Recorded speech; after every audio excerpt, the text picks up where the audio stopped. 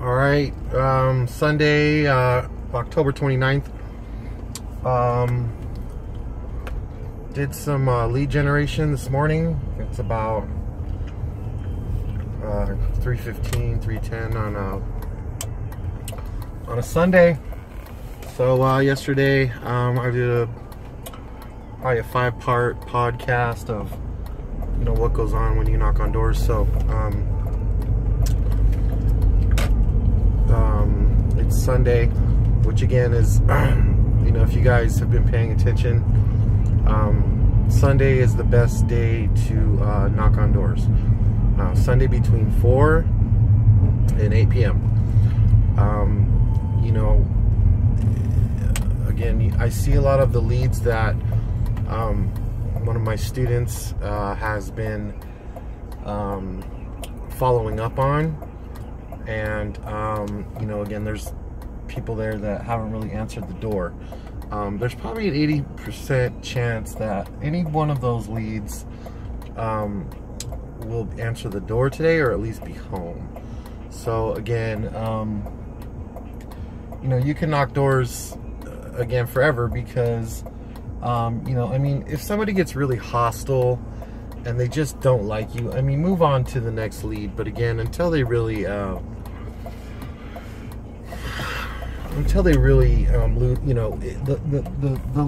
the house auction gets canceled because they fixed it, or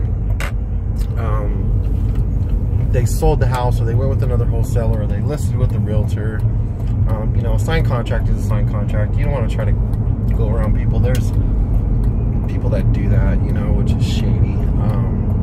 There's people that back out of deals, sellers that back out of deals. There's other wholesalers that offer a better price, and then the person will sign a contract. Word of advice: if you sign a contract with somebody and then they stop,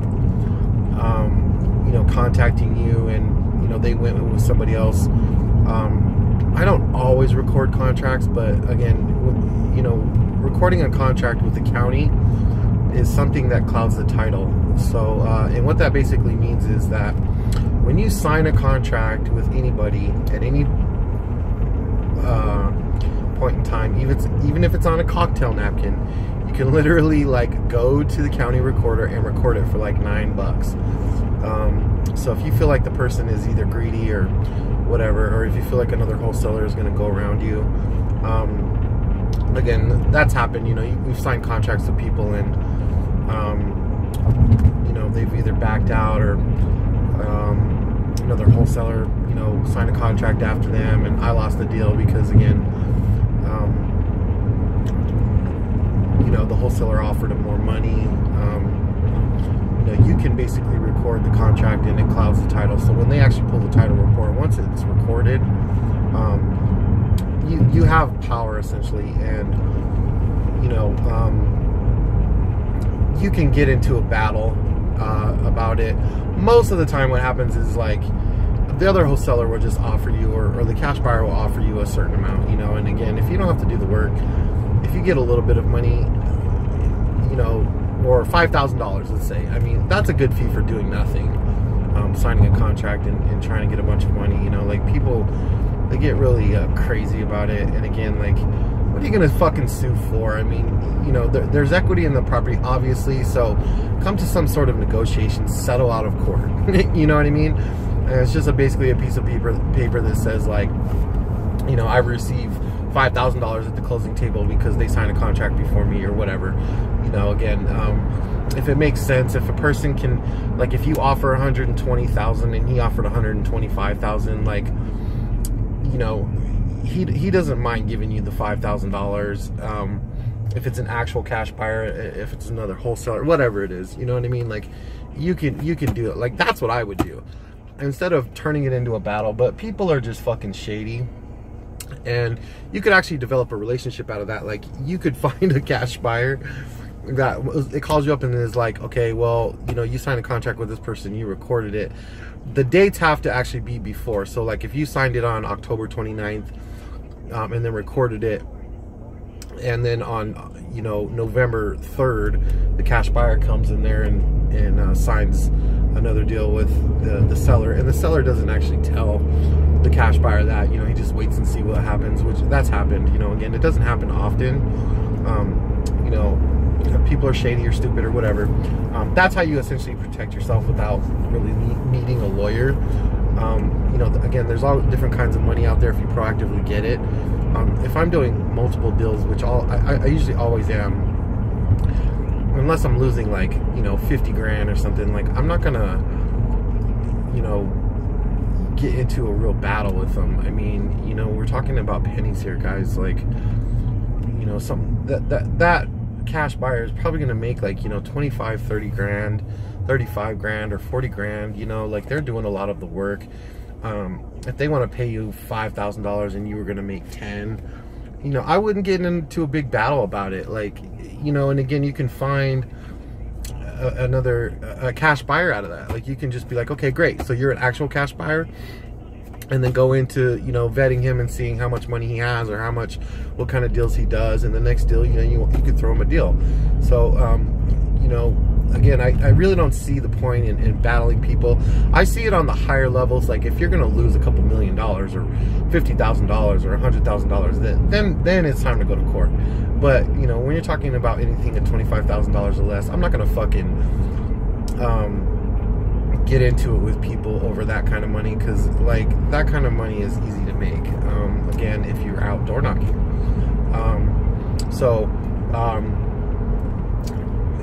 You know, people will threaten to sue you.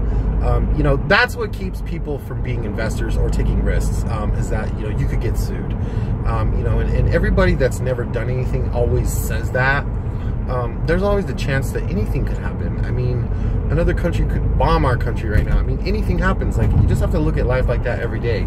You know, we're going to go on a couple door knocks today that, you know, my student has actually been to a door, a couple different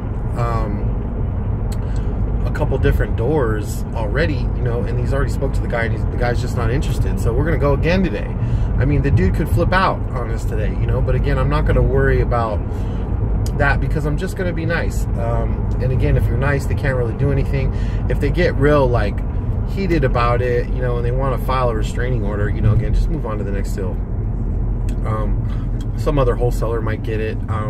You know, there's people that, you know, ask for your boss's number, or there's other wholesalers that, you know, they threaten to sue you. Sue you for what, essentially? Even if you're starting out, chances are you don't have much anyways. You know, but you know, I wouldn't worry about litigation or anything until you're on a bigger level. But when you're on a bigger level, then you have lawyers and accountants that you're actually paying to protect you better anyways. So you know, again, you know, money is a cutthroat game. Big money is a cutthroat game. This industry is a cutthroat game. You know, I'm not going to lie to you. I'm not going to scare you. But, you know, I've had heated conversations with other wholesalers that threaten to sue me. And if it's like, for fucking what? I don't have anything. Like, you know, like when I was first starting out, you know, again, this year, like, it's like I was renting a house. You know, I had a $5,000 car. Like, you know what I mean? Like, go ahead and try it. Like, it doesn't, you know, again, like, even if they were to sue you, like, and really take the time to pay a fucking lawyer to sue you for whatever, you know, a lot of it is just hot air. It takes a lot of money, you know, if $300-500 an hour. So again, if he's going to take the time to sue me, like, it's got to really be worth it. But when you first start out, like, if you're just working and you're making, you know, $5,000 or $10,000 a deal, like, you know, nobody's gonna really sue you over that, you know, and that's good money. I mean, and again, you're usually working with a partner or a mentor or something that is gonna take a portion of that money. So again, until you really have any really heavy assets, you know, the average person, you know, when they hear the word sue, you could get sued. You know, they think the worst. They think that, like, you're gonna get everything taken from you if you do something wrong. I think that's what holds a lot of people back, you know. It's just a bunch of bullshit. Like, when you first start out, if you really don't have anything, or even if you have a house and 2 cars, and, like, let's say you do, and you don't have any real equity in your home, you know, there's nothing to sue you for. You know, if you don't have any equity in your cars, if you don't actually own the cars, like, you don't really own the house when you first buy a house. Like, I'm going to pick up my student right now. Like, he has 2 houses, but he has one that's like, he bought last year. So there's nothing to sue for. Like, you can't really sue the dude. So again, it's really, until it gets to be like really big money, it's nothing that you have to worry about. So again, the YouTube videos that I'm doing now, like, our beta testing, you know, again, I'm just starting out kind of teaching people how to do this, but again, I know how to close, so and I know how to teach people how to close, because again, you just have to kind of you know, get out there and start knocking on doors, and you know, when you start to learn the language and everything, you know, that's not that hard to teach. Again, it's just a real simple process. It doesn't have to be that complicated. The education that I'm teaching right now is just for the new guys. That, you know, if you really are struggling to get a deal, I wouldn't worry about anything whatsoever. You know, because again, if you have somebody like me mentoring you, it's not a really tough process. You know, you're gonna get, there's gonna be some sort of like tension, or you know, like there's going to be deals that fall through. There's going to be deals that don't work out. There's going to be deals that people bail out on. There's going to be deals that may take 5.5 months. There's going to be problems. So if you're gonna, but again, like, it's how you react to those problems. You know, again, I never really engage people when it comes to the deals, or when it comes to other wholesalers. I never have really gotten into big arguments with people. You know, I'm like, okay, whatever. You know, I had this one guy he threatened to sue me one time because we were going to do an assignment. We agreed on a price on Friday. He changed his mind on Monday and wanted a lower price. And then he said his lawyer was going to call me. You know, and I know this guy, and I know his partner. His partner had actually already turned down the price that I wanted, and then, you know, again, I came to a lower price, and then we negotiated, and it wasn't the price that I offered his partner, or his partner wanted, but then he just decided that he spoke with his partner. They didn't even know that, you know, they were both doing business with me, so they didn't even communicate with each other. His partner called, kissing my ass. You know, the one guy we had a text, you know, he had texted me that he's gonna, you know, have a lawyer, you know, send me a letter that, you know, he's gonna sue me, and we're pretty much talking about, like, you know, not a lot of money, you know, and these guys weren't really cash buyers at the time. They might be doing it now, but they were wholesalers, and you know, again, it's just a lot of like heated bullshit, you know, and he told me I'm not the guy that he should fuck with in this business. And then, you know, you find out later that this isn't even a big person.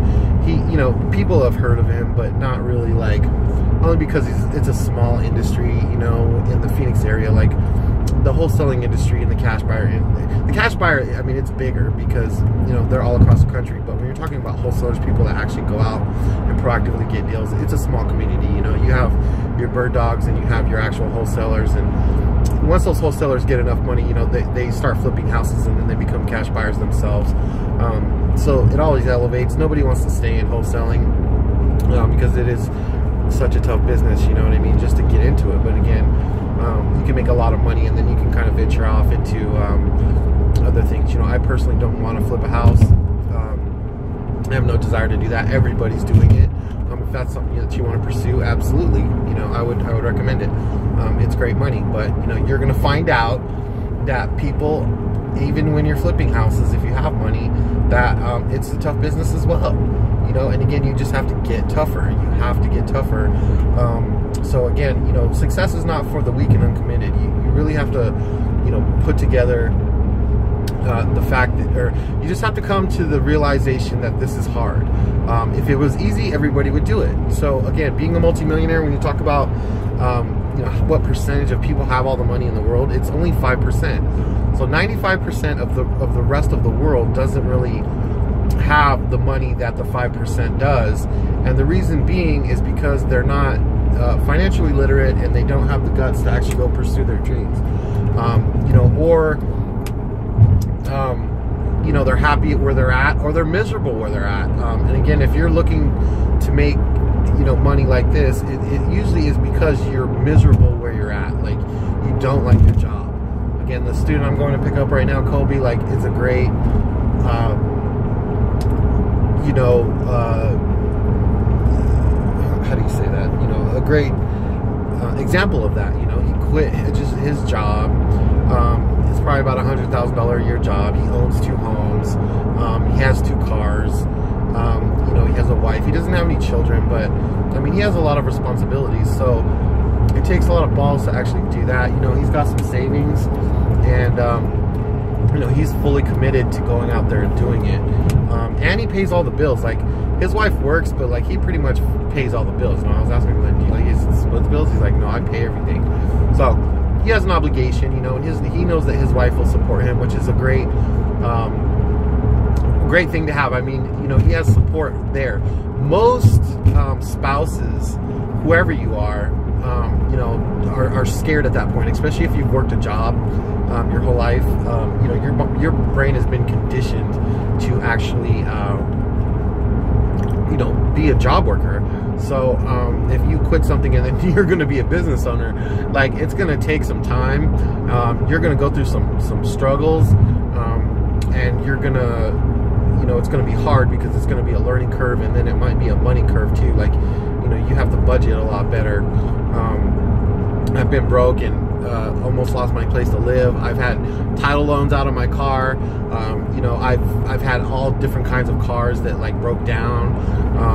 But since I kept working in the industry, you know, I always had somebody to help me, either let me use their car, or you know, if I could go out and door knock, like, I got through it. Like, somebody would help me through it because I'm working with them to get them deals or whatever it takes, you know. Again, and I'm just teaching this guy.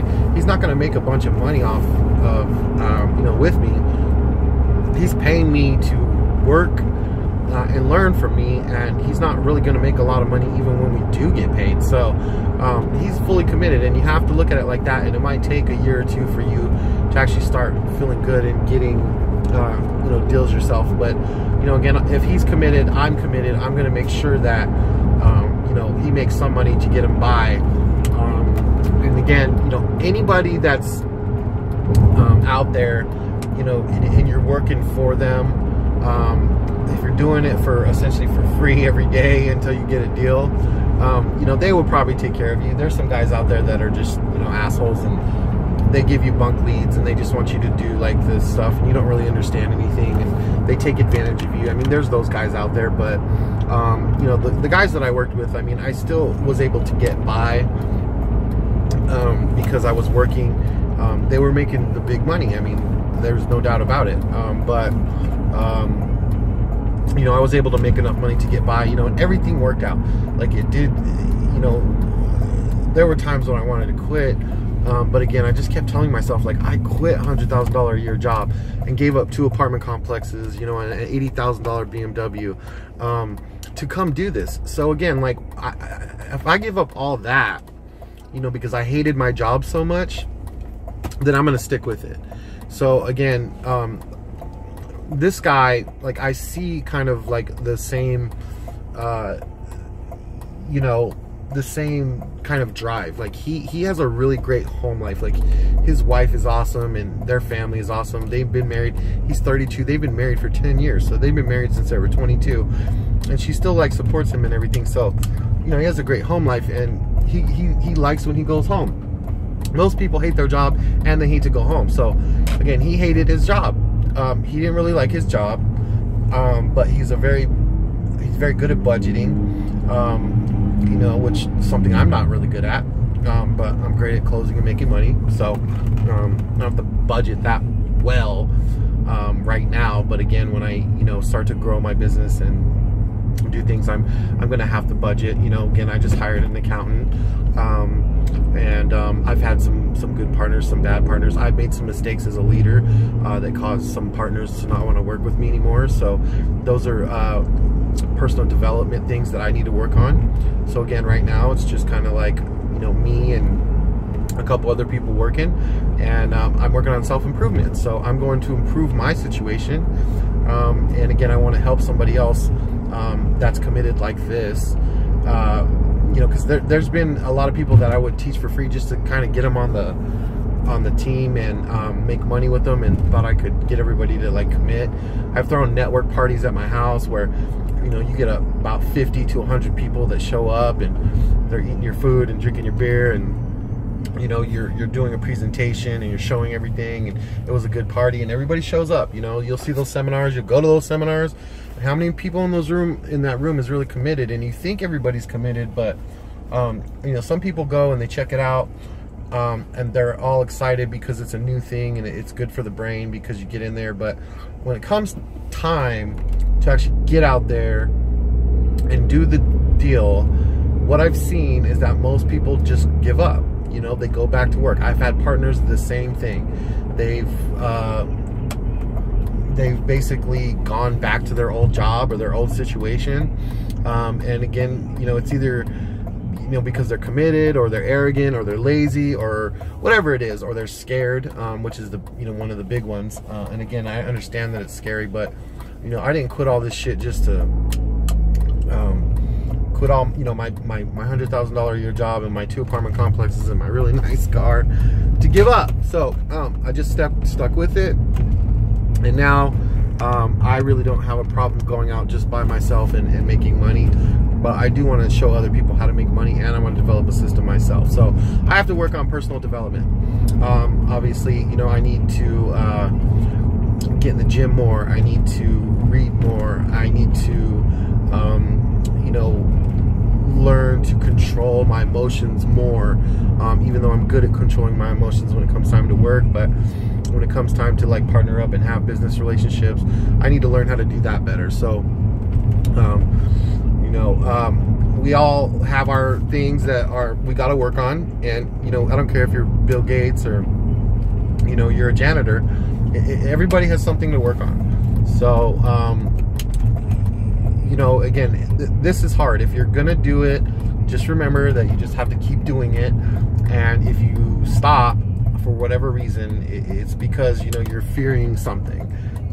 But again, it always works out because I'm still here. So, and again, I've almost been homeless. I've almost lost my car. I've almost lost my rental property, you know, that I had, a house that I was living in, almost got evicted. I mean, or had people, when I was roommating, I was sleeping on the floor, like I couldn't barely pay rent, you know, like I've been through all that, and I'm here and I'm making the money, and I'm not concerned with actually making money. My concern right now is showing other people how to do this, becoming a really good teacher, and you know, again, I'm teaching this guy hands-on, and we're going out pretty much every day until he actually gets it. So I'm about to pull up to his house right now. So Nate Ness Education. Sunday, October 29th, 2 days before Halloween. I'm probably gonna knock doors, probably not on Halloween, but maybe like even, you know, maybe an hour before like the dark hits, or something like that, just because like people will answer the door, even if it's like, you know, people are knocking on the door. Like everybody's a door knocker on Halloween. So you know, you can knock doors pretty much every day of the year. The only 2 days I would say not to knock on doors is you know, Thanksgiving and Christmas. But every day of the year, like, I'll knock on fucking doors. So, you know, I don't care. You know, if I can help somebody, and again, I can just explain it to them, like what's going on. They know what's going on, but if you can explain it to them in a way where they understand, then you know, they will come to their senses eventually. But you know, some people just won't. Okay, so this is Nate Ness Education, and I'm gonna knock some fucking doors today. Have a great day.